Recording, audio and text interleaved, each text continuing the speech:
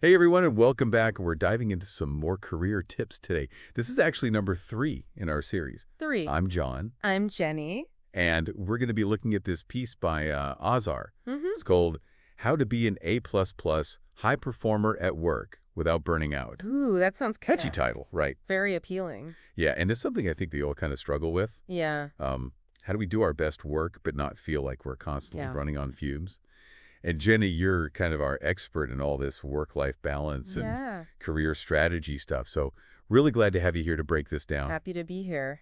One of the things that really struck me right off the bat is that the article talks about going beyond just, working hard. Mm-hmm. Like it's not just about putting in the hours. It's about being valuable. Right. What do you think that looks like in practice? I mean, how do you differentiate someone who's just busy Yeah. versus someone who's actually making a real impact? Yeah, that's a great question. I think it has a lot to do with, being a strategic thinker, showing some initiative. Mm, The author talks about thinking like a leader, not just an employee. yeah. And that really resonated with me. It's about understanding how your work fits into the bigger picture, Mm-hmm. anticipating needs, Okay. being a problem solver. Yeah, because I've seen that, you have colleagues who see a problem and they just sort of point it out. Right. And then you have the ones who come with not only the problem, but like, hey, here are some ideas. Right. And Yeah. those are the people who get noticed, right? Exactly. Now, the article actually gives a little hack. It calls it a hack for putting that leadership mindset into practice. Okay. It says, actively contribute and share your perspective in meetings. I don't know. I'm a little hesitant on that one. Okay. Why? Because it feels like it could be easy to just come off as like, trying to dominate the conversation. Yeah, I see your point. No one wants to be that person. Right. But I think the key here is to be strategic and thoughtful about your contributions. Okay. So instead of just throwing out random ideas, Right. focus on asking clarified questions that show that you're thinking critically about the issue. Oh, okay. Or, offer a perspective that connects it back to the overall goals. Right. It's really about just showing that you're engaged and you're thinking beyond just your immediate task. Got it. So quality over quantity when it comes to those meeting contributions. Exactly. Okay, I like that. Now, another thing this article talks about is, and this is something we hear all the time, Mm-hmm. working smarter, not harder. Right. But that's so much easier said than done, right? Right. Like, how do we actually do that? He specifically mentions this 80-20 rule, Yes. which, just to remind everybody, is this idea that, 80% of your results come from 20% of your efforts. Exactly. So how do we even begin to apply that in a practical sense, Jenny? Well, yeah, that's $1 million question, right? Right. It's so easy to just get swept up in that, whirlwind of tasks and you're constantly busy. But Mhm. are you actually working on the things that really matter?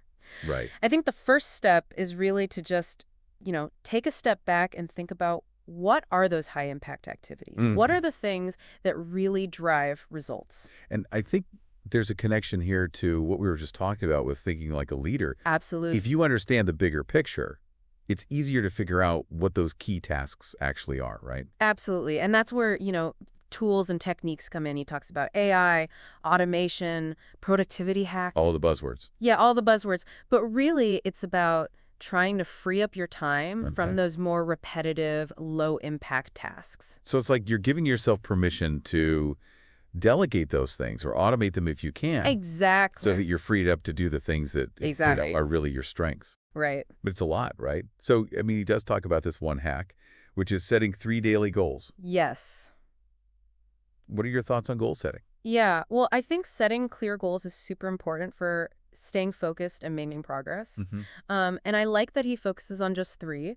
Okay. I think that's enough to give you direction, but not so much that it feels overwhelming. Right. The key is to make sure that they're meaningful. Mhm. They're aligned with those high-impact tasks that we were talking about. So it's not just like, I'm going to answer 3 emails. It's like, I'm going to move this project forward. Exactly. And I'm a big fan of the SMART goals framework. Oh, yeah, SMART goals. I've heard that. I don't know what it stands for, though. Oh, okay. Well, it stands for specific, measurable, achievable, relevant, and time-bound. Oh, okay. I knew I should know that. It's a really helpful way to make sure your goals are, well-defined and actionable. All right. I'm taking notes. I'm going to brush up on my SMART goals after this. Yes. So we've talked about thinking strategically, working efficiently, setting these SMART goals. Mm.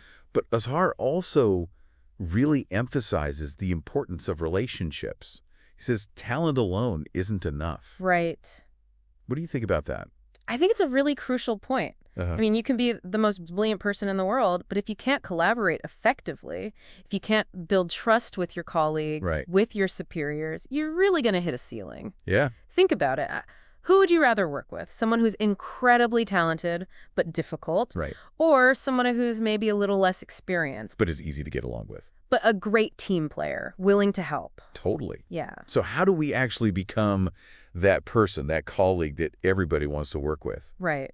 Well, I think it starts with, you know, just being a positive force in the workplace. Okay. Be someone who lifts others up, be willing to offer help when needed, Mm-hmm. make work more enjoyable for the people around you, and also don't underestimate the power of connecting with decision makers, Okay. mentors.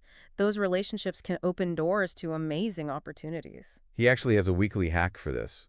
He says, ask yourself, who can I connect with this week to build a stronger career network? I like that. Which sounds great, but I will admit, I'm not always great at networking. It feels a little forced sometimes. I get that. It can feel awkward, right? Yeah. If you approach it with the wrong mindset. But think of it less as networking Okay. and more as building relationships. Okay. Start by focusing on people you genuinely admire or whose work you find interesting. Mm.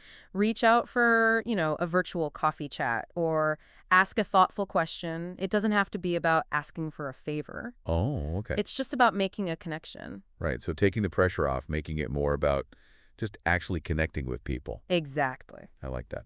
Speaking of connecting with people, the article also talks about the importance of communication. Yes. He says it's absolutely essential for high performers. Why do you think that is? Well, think about it. Almost everything we do at work involves communication. Right. Writing email, presenting ideas, collaborating, having conversation. It's the glue that holds everything together. Exactly. What specific communication skills does he highlight? Well, he talks about, crafting impactful emails that get your message across clearly and concisely, Okay. delivering compelling presentations that engage your audience, and speaking with authority and clarity, both in, formal settings and more casual conversations. I got to say, that conciseness thing is something I struggle with, especially explaining complex ideas. Yeah. He has this other hack, which I love. It says, record yourself explaining a complex idea in 60 seconds or less. Oh, yeah. Have you ever done that? I have. It's so revealing. Really? Yeah. It really forces you to, distill it down to the essence and think about how your message is being received. Okay. It also helps you identify any filler words or habits that might be distracting. Oh, that's interesting. Yeah, I highly recommend it. You might be surprised. Yeah, okay. I'm going to try that to see how I come across, if I'm trying to explain something kind of Yeah. complicated. Okay. So we've covered thinking like a leader, working efficiently, building relationships, mastering communication. Now, let's talk about building a personal brand. Yes. He's really big on this idea of cultivating your professional identity, both within your company and outside of it. What does that even mean, though, building a personal brand? Well, it's really about defining your unique value proposition. What makes you stand out from the crowd? What are your strengths, your expertise? And then being intentional about how you present yourself to the world, both online and offline. But for those of us who aren't, influencers or whatever, is that really relevant? Like, Oh, so absolutely. building a personal brand. Yeah, it's a common misconception. I think building a personal brand is relevant for anyone, Okay. regardless of your industry or career stage. It's about being strategic and thoughtful. Okay. So, he talks about LinkedIn, for example. Right. A well-crafted LinkedIn profile can be a really powerful tool. Okay. But it's not just about having, a polished online presence. Right. It's about consistently delivering high-quality work, being known for your expertise in a certain area. So it's like walking the walk, not just talking the talk. Exactly. Okay. He also recommends this thing called a career brag sheet, Oh, yeah. which is basically a record of all your accomplishments. But I'm picturing this massive spreadsheet of every little thing I've ever done. Right, yeah. How do we actually make that manageable? and effective. Yeah, you're right. It doesn't have to be a daunting task. Mm-hmm. The key is to find a system that works for you. Some people like a spreadsheet, some people like a note-taking app. Right. The important thing is to regularly update it with your accomplishments and categorize them in a way that makes sense to you. Okay. So it's not just documenting every task, but focusing on the things that really showcase Exactly. what you've done and the impact you've had. Exactly. Okay. Well, I think we've covered a lot of ground here, Jenny. We have. Thinking like a leader, working efficiently, setting smart goals, building relationships, mastering communication, building your personal brand. Azhar's got us thinking about a lot. We'll be back in just a minute to talk about what this all means for you and how you can actually apply some of these strategies in your own career. Sounds great. Yeah, it's amazing how it all kind of comes together, you know? Yeah, it's not just one thing, right? It's not like, oh, just work hard or be talented. Right. It's this whole ecosystem of skills and mindsets that make you a top performer. Yeah. I'm seeing the connections, like how that technique thinking helps you figure out those high-impact tasks. Right.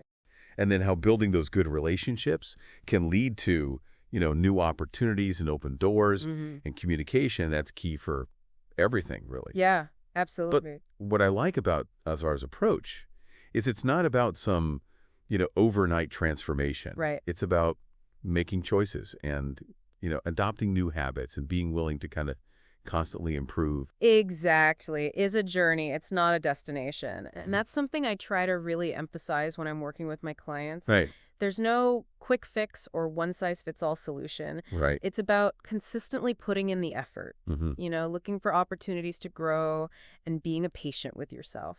Yeah, it's so easy to get caught up in like, oh, I need to figure it all out right now. Right. But, becoming that high performer, it's a process. It Like is. you're always kind of learning and refining, right? Exactly. And he does talk about not trying to do it all alone. It's like find mentors, learn from colleagues. Yeah. Even just talk about your goals with people. Mm-hmm. What do you think about that? I think that's so important. I mean, we put so much pressure on ourselves to have all the answers. Right.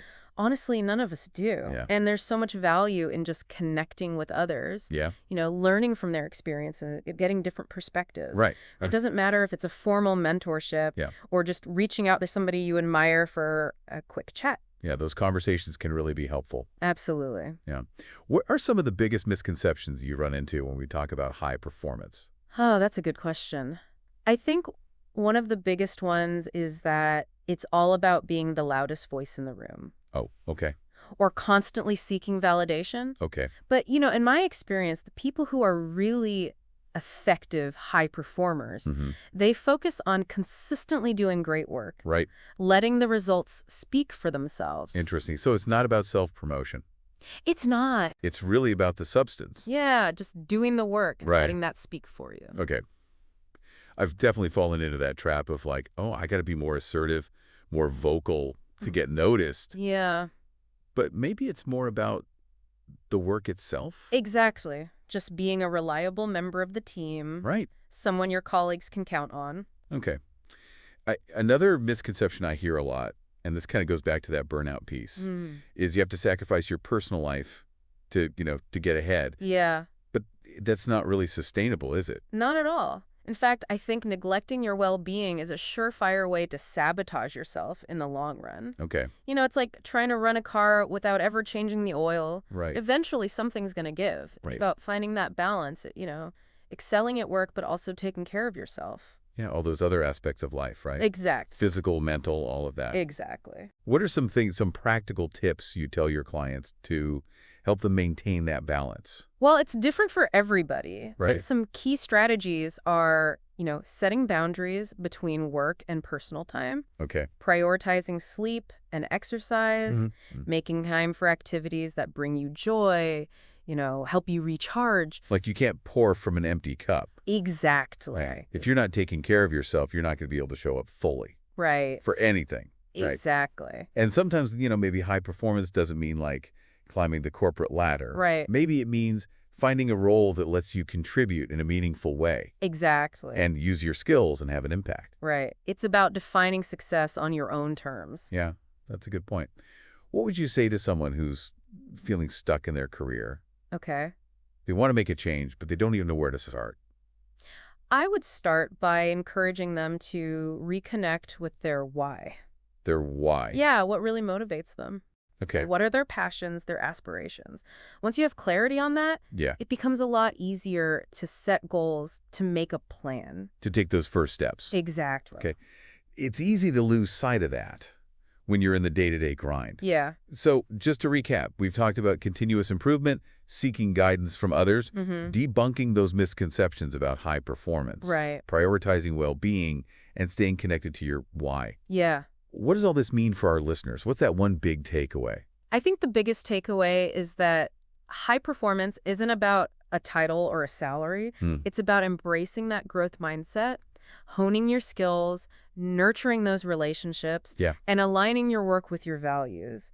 It's about showing up authentically, Right. contributing your talents, and finding fulfillment in the journey. I love that. It's not about being perfect. It's about making progress. Exactly. And it's about, the impact we have, the connections we make, and just that constant pursuit of growth. Absolutely. And it's important to remember that you have the power to shape your own career. Yeah. So don't be afraid to set big goals, step outside that comfort zone, and embrace the challenges that come with striving for excellence. The rewards are worth it. Exactly. So we've really dug deep into Azhar's take on being an A++ high performer. And as we kind of wrap things up here, I want to leave everyone with this thought. We've talked about all these different strategies and these hacks. Right. But at the end of the day, high performance, it's not a one-size-fits-all thing. Yeah, absolutely. It's really about, finding what works for you, connecting your work to what you value, and figuring out what success actually means to you.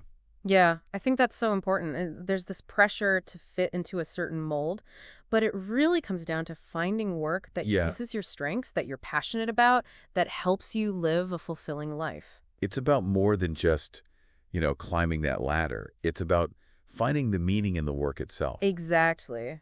And maybe sometimes that means redefining what high performance even looks like, right? Right. Maybe it's about making a difference in your community or becoming a thought leader in your field. Yeah. Or even just creating a work environment where, you and everyone around you can really thrive. Absolutely. And, that might take some experimenting, some trial and error to figure out what clicks for you. Yeah. But the important thing is to be open to new possibilities and, see challenges as opportunities to learn and never stop growing. It's all about the journey, right? And the impact you make along the way. Jenny, this has been fantastic. Thank you. Thank you so much for sharing your insights. I know everyone listening has gotten a lot to think about. It's been a pleasure being here. And to everyone listening, thanks for joining us for this deep dive into high performance. We hope you found it useful and maybe even a little inspiring. And we always love to hear from you. So let us know what really stuck with you from this conversation. Yeah. What are some of your own tips for being a high performer without burning out?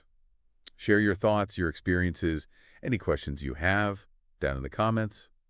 And be sure to join us next time for another deep dive into something that'll get you thinking and maybe even learn a thing or two. Jenny. Terima kasih dan jumpa lagi. Terima kasih dan jumpa lagi.